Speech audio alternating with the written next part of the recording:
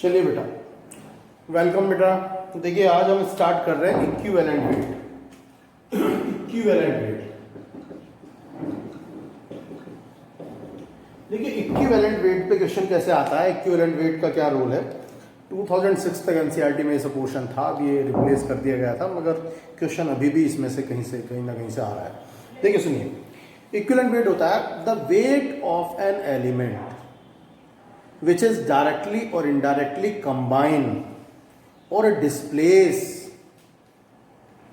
1.008 part of hydrogen, 35.5 part of chlorine, 108 part of silver and 8 part of oxygen.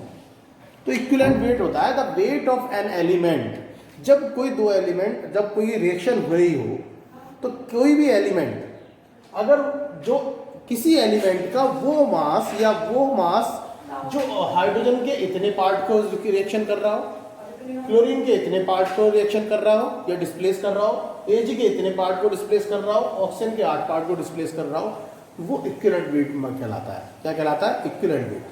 यानी कि the wait of an element which is directly और indirectly combine और displace 1.008 part of hydrogen, 35.5 part of chlorine, 108 part of silver, 8 part of oxygen. जब calculate करेंगे तो इसको 1.008 को आप 1 भी ले सकते हैं जब कैलकुलेशन करेंगे। तो जैसे मैं आपको बताता हूँ, देखिए जरा, जैसे आप निकाल रहे हैं CU2 में आपको Cu का इक्विवेलेंट वेट निकालना है, Cu का निकालना है। तो देखिए इक्विवेलेंट वेट कैसे निकालेंगे। इस फॉर्मूले से ये पता लग रहा है कि Cu हमारे पास 2 है, यानी 2:63.5 कितने ऑक्सीजन से रिएक्शन कर रहा है? 16 से। हमें देखना क्या ऑक्सीजन के लिए 8 पार्ट जितने से रिएक्शन करेगा, 8 पार्ट जितने से भी ऑक्सीजन का रिएक्शन करेगा वो उसका इक्विवेलेंट वेट होगा। तो 16 पार्ट इतने से रिएक्शन कर रहा है तो 8 पार्ट कितने से करेगा? 63.5 से। तो ये इसका इक्विवेलेंट वेट हो गया, Cu का इक्विवेलेंट वेट हो गया हमारे पास 63.5 इस फॉर्मूले में। और देखिए जरा, अब मैं यहां पर ले रहा हूं Cu को, यहां पर Cu कितना है? 63.5 को कितना? 8 पार्ट इतने से कर रहा था, ये इक्विवेलेंट वेट हो गया। अब मैं ले रहा हूं यहां पर SO2 में S, ये यहां पर अब मैंने लिख लिया S और ये लिख लिया मैंने O। सल्फर कितना है यहाँ? 32। ऑक्सीजन कितना है यहाँ?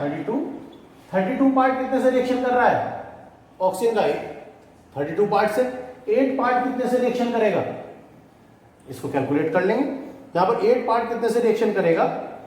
8:32/8 आ गया, 8 से 8 कैंसिल हो गया, यहाँ पर 8:32.32 आ गया। तो कितना आ गया? 8 इसका इक्विवेलेंट वेट आ गया। 8 क्या आ गया इसका? Equivalent wait. ऐसे किसी का भी इक्विवेलेंट वेट निकाल सकते हैं। जैसे मैं अब यहाँ पर ले रहा हूँ, देखिए जरा, अब देखिए S2Cl2 है, तो यहाँ S हो गया, SCl हो गया, S2 यानी कि सल्फर होता 32 मल्टीप्लाई बाई 2 64 हो गया।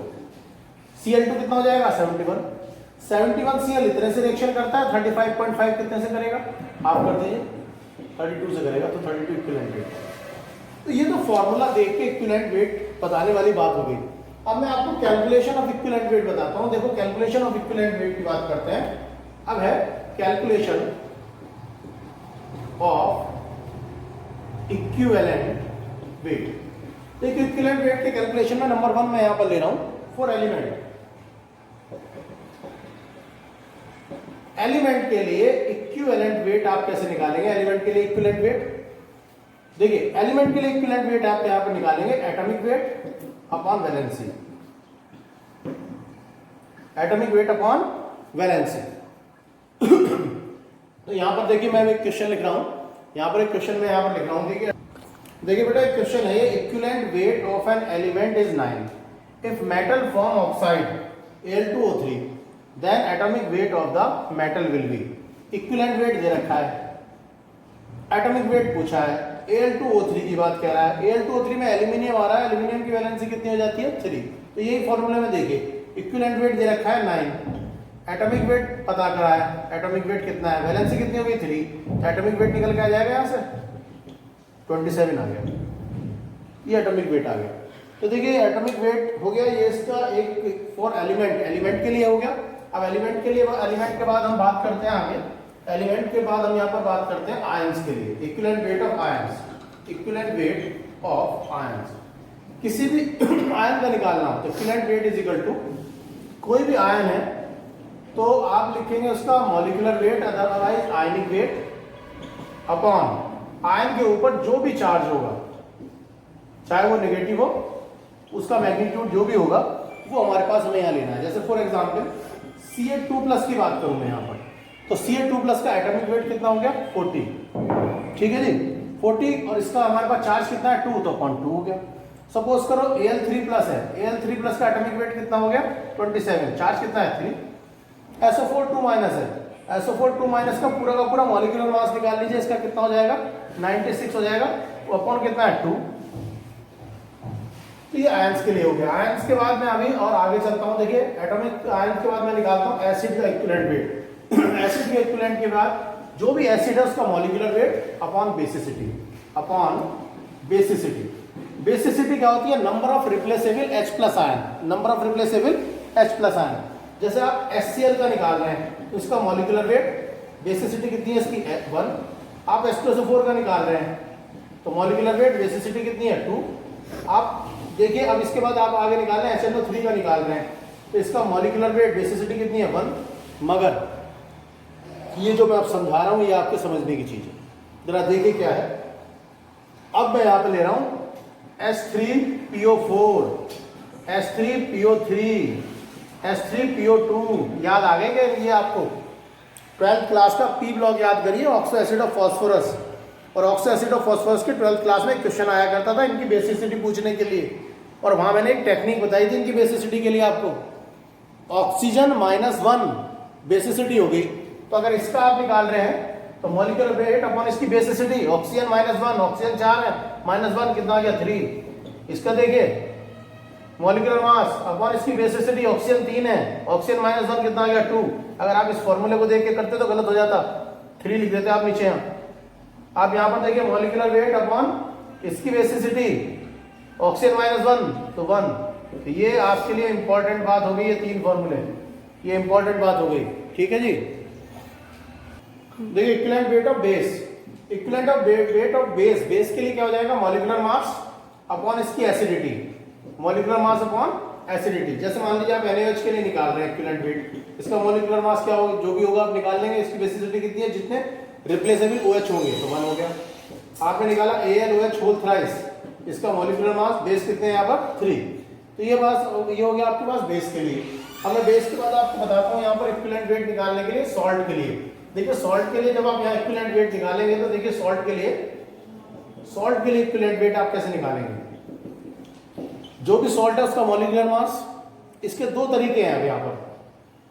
अब यहाँ पर या तो सॉल्ट न्यूट्रल है, जितना उसके ऊपर चार्ज है टोटल, या तो कैटायनिक चार्ज या फिर एनायनिक, या तो आप ऐसे निकालिए या फिर लिखिएगा LCM of cation and anion, cation और एनायन का LCM। जैसे सॉल्ट लिया मैंने NaCl में Na के ऊपर +1 चार्ज है, इसके ऊपर -1 चार्ज है। तो या तो अगर ये न्यूट्रल है तो +1 या -1 1 ही आ रहा है ना दोनों में, तो आप 1 ले लो, या तो मॉलिक्यूलर मास इसका ले लो अपॉन 1 ले लो, ठीक है। या फिर आपके पास 1 और 1 का एलसीएम कितना आता है, वो भी 1 आता है। अब देखिए दूसरा K2SO4 में मॉलिक्यूलर मास अपॉन 2 K है तो 2 प्लस, SO4 के ऊपर 2 माइनस, तो अपॉन 2 आ गया। 2 और 2 का एलसीएम भी 2 आता है। और देखिए Al2SO4 का होल थ्राइस, Al के ऊपर 2 Al है, एक Al के ऊपर 3 प्लस होता है तो 6 प्लस हो गए। SO4 के ऊपर कितना होता है, 2 माइनस होता है, 3 SO4 है तो 6 माइनस हो गए। या फिर Al3 प्लस, SO4 2 माइनस, और 3 और 2 का एलसीएम कितना आ गया 6, तो कितना हो गया m/6। और देखें अब यहां पर ले रहा हूं मैं K2SO4 इंटू Al2SO4 का होल थ्राइस इंटू 24 H2O। ये एलम का फॉर्मूला है, एलम का।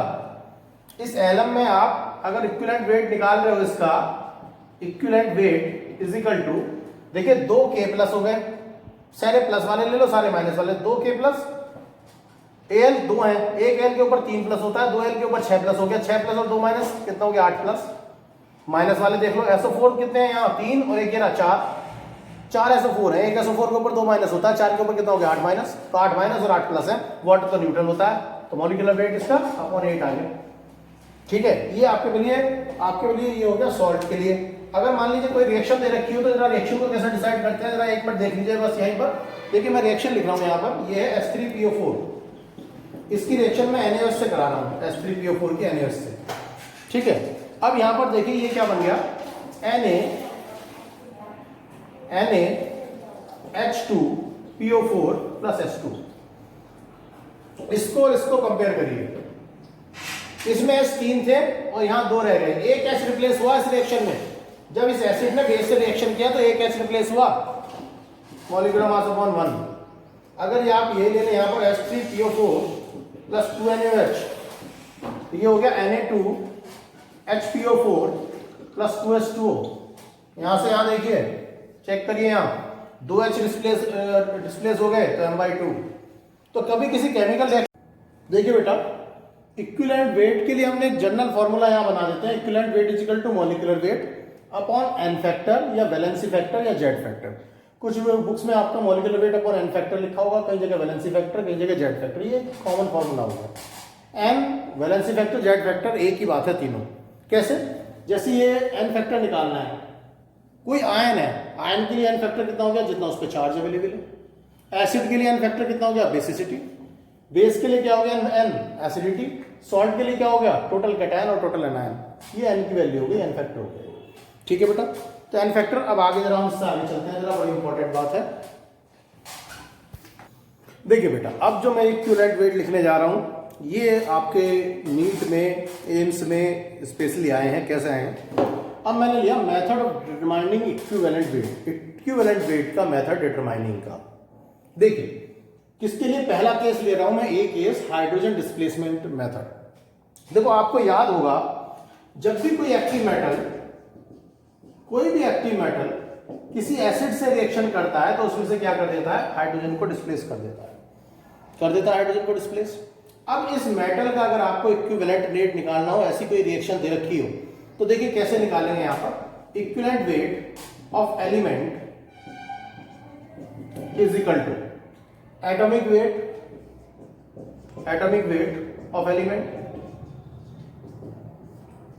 Wait of element upon weight of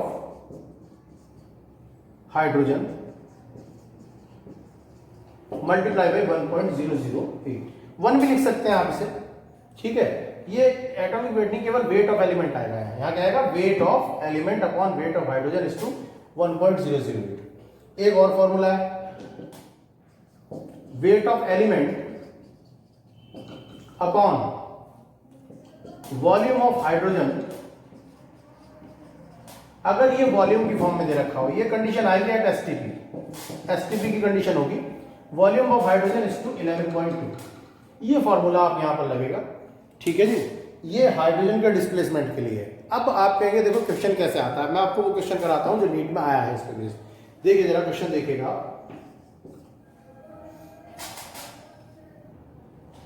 देखिए बेटा, अब मैंने यहां 2 न्यूमेरिकल लिए हैं। ठीक है, ये वाला न्यूमेरिकल नीट में आया है बेटा, ये ले रहा हूं, when 2.6 gram of metal is treated with dilute HCl, 1.12 liter hydrogen gas is collected at STP, then equivalent weight of metal will be। तो मेटल का इक्विवेलेंट वेट क्या होगा? देखिए ये हमारे पास 2.6 ग्राम ऑफ मेटल 2.6 ग्राम दे रखा है, 1.12 litre hydrogen is collected at STP.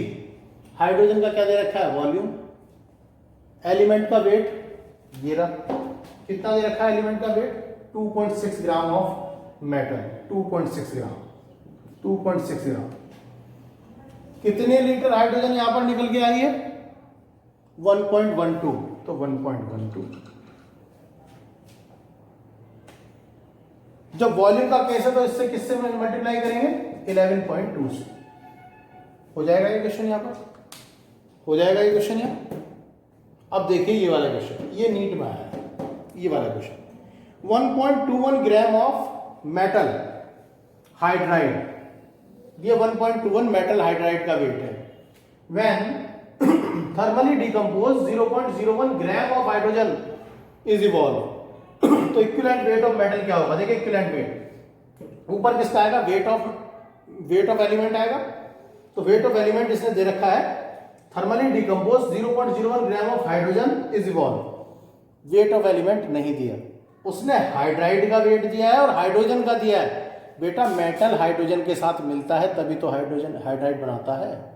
अगर हाइड्राइड में से हाइड्रोजन को माइनस कर देंगे तो मेटल का वेट आ गया।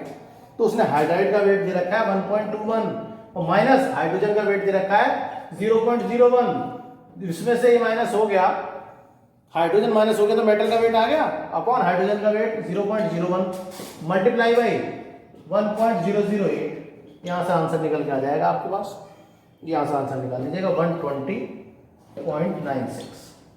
ये यहां से आपके पास निकल के आ जाएगा। समझ में आया बेटा? देखिए बेटा केस बी अब हम ले रहे हैं ऑक्साइड फॉर्मेशन मेथड। एलिमेंट कोई भी अगर ऑक्सीजन के साथ रिएक्शन करेगा तो ऑक्साइड बनेगा। ऐसी कोई भी रिएक्शन हो, इक्विवेलेंट वेट निकालना हो तो equivalent weight of element is equal to weight of element upon weight of oxygen is to 8। दूसरा तरीका, एलिमेंट का वेट ना दिया हो तो आपको ऐसा मिलेगा, वेट उसका ऑक्सीजन का वेट ना दिया हो तो weight of element upon weight of oxide minus weight of element. Oxide के वेट में से एलिमेंट का वेट हटा दो तो ऑक्सीजन का बचा ना, ऑक्सीजन का देखो। एलिमेंट का वेट ना दिया हो तो weight of oxide minus weight of oxygen. Oxide के वेट में से ऑक्सीजन हटा दो तो बचा क्या? Metal. Weight of oxygen is to 8। Question देखिए, ये आपके पास एक बार बहुत पहले आईआईटी में आया था ये क्वेश्चन मेंस में। देखिए calculate the equivalent weight of metal if oxygen is 60% by mass in oxide. Equivalent weight निकालना है मेटल का, इक्विवेलेंट वेट ऑफ मेटल। अगर ऑक्सीजन 60% है तो मेटल कितने परसेंट हुआ बचा हुआ? 40। तो मेटल का मास 40, ऑक्सीजन का 60, मल्टीप्लाई बाय क्या हो गया? 8 आ जाएगा। Is it clear? चलिए अब इसके बाद हम नेक्स्ट केस स्टडी करते हैं। देखिए बेटा अब सी यहां पर पार्ट में पहुंच गए, chloride formation method. Metal chlorine से रिएक्शन करेगा तो क्लोराइड बनाएगा। कोई ऐसी रिएक्शन लैंग्वेज बना के क्वेश्चन दे रखा हो उसने, तो वहां पर आप फॉर्मूला लगाएंगे equivalent weight of element is equal to weight of element upon weight of chlorine या weight of chloride. Weight of chloride is to 35.5। D case देखिएगा इसके बाद, मेटल डिस्प्लेसमेंट मेथड। आपने इलेक्ट्रोकेमिकल सीरीज क्लास 12th में पढ़ी है। जो electrochemical series में ऊपर होता है वो मेटल ज्यादा रिएक्टिव होता है, नीचे वाले को डिस्प्लेस कर देता है। तो मेटल जो मोर रिएक्टिव होगा वो रिएक्शन करेगा और डिस्प्लेस किसे करेगा? Metal less reactive. एरो से उस साइड क्या बनेगा? लेस रिएक्टिव मेटल बन जाएगा। तो इस केस में आप क्या करेंगे? ऐसा कोई भी क्वेश्चन दे रखा हो तो देखिए, इसको मैंने ले लिया, इसका मास ले लिया W1, इक्विवेलेंट मान सपोज कर लिया E1, लेस रिएक्टिव का W2 और E2। ऐसे के लिए आप फॉर्मूला लगाएंगे W1 अपॉन E1 और W2 अपॉन E2। देखिए ये बहुत इंपॉर्टेंट क्वेश्चन है, एम्स में आया है। देखिए यहां क्वेश्चन को समझिए। 2.8 gram of iron displace 3.2 gram of copper when iron rod is dipped in copper sulphate solution. Iron की रॉड को कॉपर सल्फेट में डाला और आयरन ने 2.8 ग्राम आयरन ने 3.2 ग्राम कॉपर को डिस्प्लेस कर दिया। If equivalent weight of iron is this one, then the equivalent weight of copper. Equivalent weight copper का निकालना, आयरन का दे रखा, तो मैंने कहा डिस्प्लेसमेंट रिएक्शन। आप आंसर देखिएगा, बहुत छोटा सा क्वेश्चन है, बहुत आसान है। मैंने यहां पर इधर तो ले लिया मैंने आयरन, इधर ले लिया कॉपर, तो इसके लिए लगाया W1 अपॉन E1, इसके लिए लगाया W2 अपॉन E2। आयरन के लिए उसने 2.8 ग्राम आयरन दे रखा है तो मास हो गया 2.8 ग्राम। E1 आयरन का E1, if the equivalent weight of iron का दे रखा है 28 is equal to W2 copper का मास दे रखा है 3.2 और E2 यानी कॉपर का E2 पूछा है, निकल जाएगा। हो गया, फॉर्मूला हो गया। कितना आसान क्वेश्चन था, देखो 1 मिनट में हो गया। और क्वेश्चन इतना बड़ा देख के लग रहा है क्वेश्चन कितना बड़ा है। बस एक क्वेश्चन और कराऊंगा, लास्ट बड़ा इंपॉर्टेंट। देखिए बेटा यहां पर ये क्वेश्चन है 5 gram of metal carbonate when thermally decompose. Metal carbonate है, 5 ग्राम है, 5 ग्राम मेटल कार्बोनेट गरम, थर्मली मतलब गरम कर रहे हैं, thermally decompose 3 gram of metal oxide, 3 gram metal oxide बन रहा है, 3 gram metal oxide. Then equivalent weight of metal will be. देखिए जब भी थर्मल डिकम्पोजिशन का केस हो तो क्या होगा, जब भी इधर से कंपाउंड डिकम्पोज होगा उधर दूसरा बन रहा होगा, ठीक है। आपने क्या करना है उसमें, यही फॉर्मूला लगाना है कि इधर वाले के लिए W1 E1 सपोज कर लिया, इधर को W2 और E2 सपोज कर लिया। आप इसके लिए फॉर्मूला लगाएंगे ऐसे केस में W1 upon E1 is equal to W2 upon E2। ये किसके लिए है, मेटल कार्बोनेट के लिए। मेटल कार्बोनेट का मास दे रखा है 5 ग्राम। इक्विवेलेंट वेट देखिए, मेटल कार्बोनेट में मेटल होगा प्लस कार्बोनेट होगा, मेटल होगा प्लस कार्बोनेट होगा। तो मेटल का इक्विवेलेंट वेट अभी हमें पता नहीं है, मगर कार्बोनेट का तो पता लग सकता है बेटा, CO3 2-। इसका इक्विवेलेंट वेट ये तो एक आयन है, आयन का अगर इक्विवेलेंट वेट निकालोगे तो कैसे निकालोगे, इसको इसका मास देख लो कितना हो गया 12 और 48, 12 और 48 कितना हो गया 60, आयन चार्ज कितना है 2 तो 30 आ गया, तो प्लस 30 मेटल का इक्विवेलेंट वेट प्लस 30 कार्बोनेट का इक्वल टू मास ऑफ ये 3 ग्राम आ गया। अब है मेटल ऑक्साइड का इक्विवेलेंट वेट, मेटल का इक्विवेलेंट वेट प्लस ऑक्सीजन का इक्विवेलेंट वेट। तो मेटल का इक्विवेलेंट वेट E निकालना है आपको, ऑक्सीजन का कितना होता है 8, ये आ गया। अब आप इसको सॉल्व करिए, 5E plus 40 is equal to 3E plus 90, तो ये आ गया 2E is equal to 50, E is equal to कितना आ गया 25, तो 25 आ गया यहाँ पर इक्विवेलेंट वेट। तो इक्विवेलेंट वेट का क्वेश्चन, ये वाला क्वेश्चन बेटा आपका एम्स में आया है, ये इंपॉर्टेंट क्वेश्चन है इस तरह का। इस तरह से ये टॉपिक बेटा आपका इक्विवेलेंट वेट खत्म हो गया। अब मैं अगले टर्न पे बहुत इंपॉर्टेंट चीज कराने जा रहा हूं आपको, लॉ ऑफ इक्विवेलेंस। बहुत इंपॉर्टेंट है लॉ ऑफ इक्विवेलेंस।